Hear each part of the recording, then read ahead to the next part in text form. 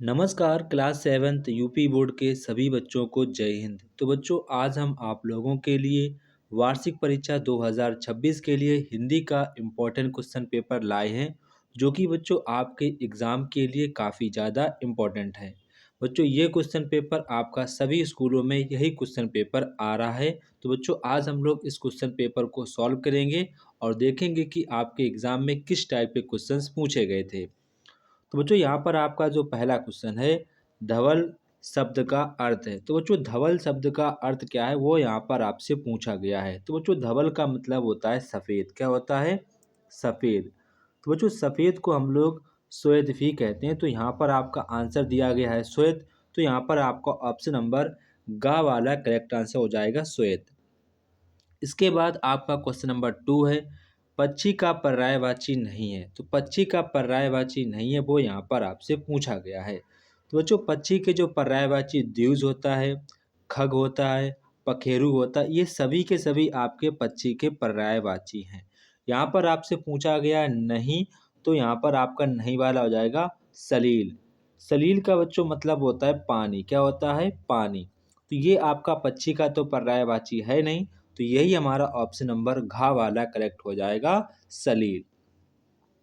इसके बाद आपका क्वेश्चन नंबर नेक्स्ट है जंगल में अनुस्वर को छाटिए। जंगल जब आप ऐसे लिखते हैं, जब ऐसे आप जंगल लिखते हैं तो इसमें आपका अनुस्वर क्या है वो यहाँ पर आपसे पूछा गया है। तो वो जो जंगल में जो आपका अनुस्वर है वो यहाँ पर आपका ऑप्शन नंबर यहाँ पर आपका खा वाला करेक्ट हो जाए। ऑप्शन नंबर यहाँ पर आप ऑप्शन देखेंगे, यहाँ पर आपका बिंदी रखी, यहाँ पर आपकी इंगियाँ रखी है।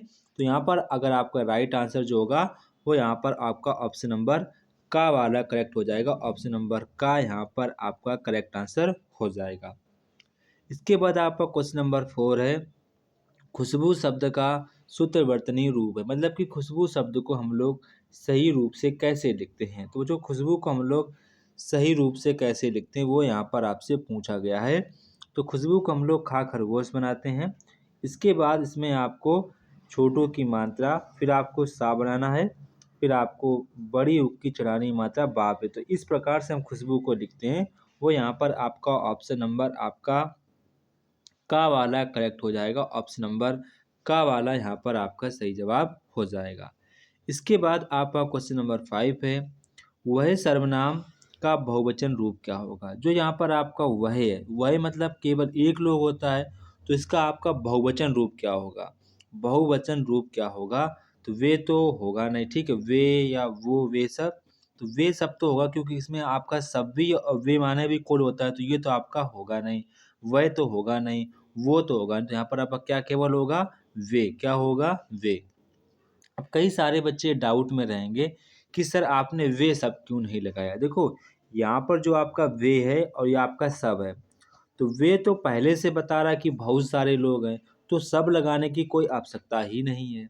ठीक है, तो इसकी मुझे लगाने की कोई आवश्यकता नहीं, इसीलिए गलत हो जाएगा। यहाँ पर आपका केवल केवल आपका ऑप्शन नंबर का वाला सही जवाब हो जाएगा।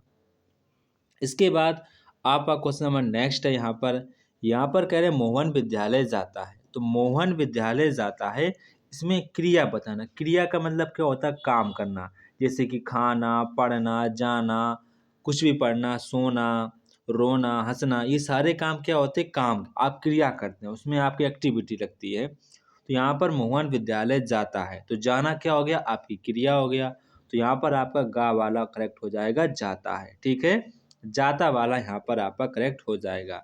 गर्म शब्द का यहाँ पर आपको विलोम पूछा गया, तो इसका तो ठंडा होता आपको पता होगा। इसके बाद आपका नेक्स्ट यहाँ पर क्वेश्चन है निम्नलिखित प्रश्नों के आपको उत्तर देने हैं।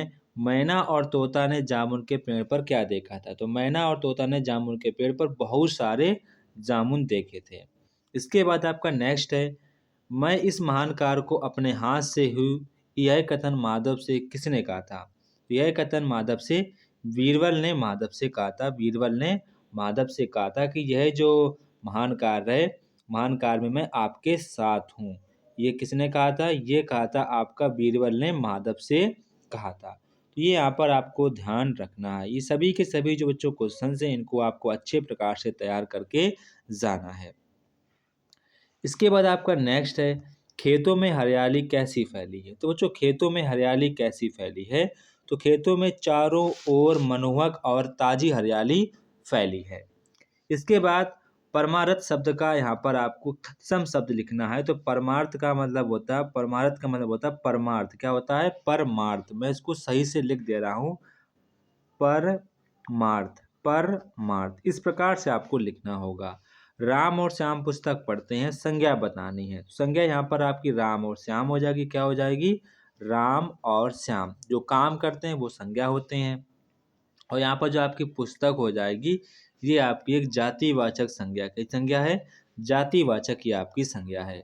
भूमि के दो आपको पर्यायवाची शब्द लिखने हैं। तो भूमि के आपके दो पर्यायवाची, आप पहला लिख सकते हैं धरा लिख सकते हैं, दूसरा आप पृथ्वी को लिख सकते हैं पृथ्वी। इसके बाद आपका नेक्स्ट है आग बबूल होने का। यहाँ पर आपको अर्थ लिखना है। आग का बबूल होना, इसका मतलब होता है अत्यधिक आप गुस्सा हो जाना, बहुत ज़्यादा गुस्सा हो जाना। इसके बाद आपका नेक्स्ट यहाँ पर है दफा हो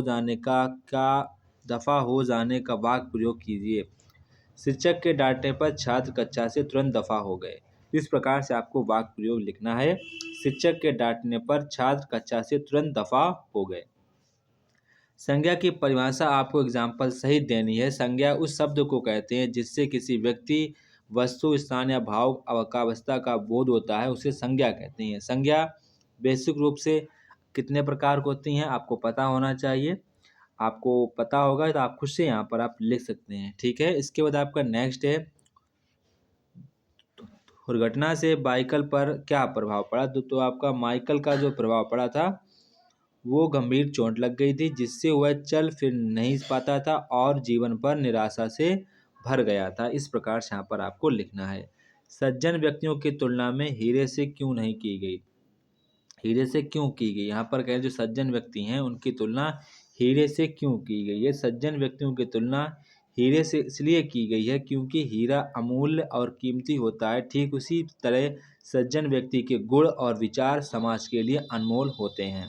यहाँ पर ऐसे आपको लिखना है। एक बार फिर से सुनेंगे। सज्जन व्यक्तियों की तुलना हीरे से इसलिए की गई है क्योंकि हीरा बहुमूल्य और कीमती होता है। ठीक उसी तरह सज्जन व्यक्ति के गुण और विचार भी समाज के लिए अनमोल होते हैं। इसके बाद आपका नेक्स्ट है कूड़े में पानी कौन और क्यों भरता था। तो कूड़े में पानी एक बूढ़ी औरत भरती थी क्योंकि उसे लगता था कि शायद कोई प्यासा मुसाफिर वहां से गुजरे और पानी पीकर अपनी प्यास को बुझा सके।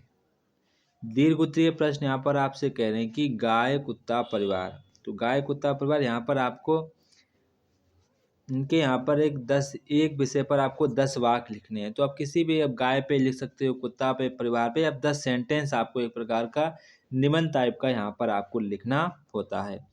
तो बच्चों ये था हमारे क्लास 7th का इम्पोर्टेंट क्वेश्चन पेपर, जो कि बच्चों आपके एग्ज़ाम के लिए काफ़ी ज़्यादा इम्पोर्टेंट है। इसको आप सभी अच्छे प्रकार से तैयार करके एग्ज़ाम में जाना है। तो जय हिंद बच्चों, फिर मिलते अपने नेक्स्ट वीडियो पर।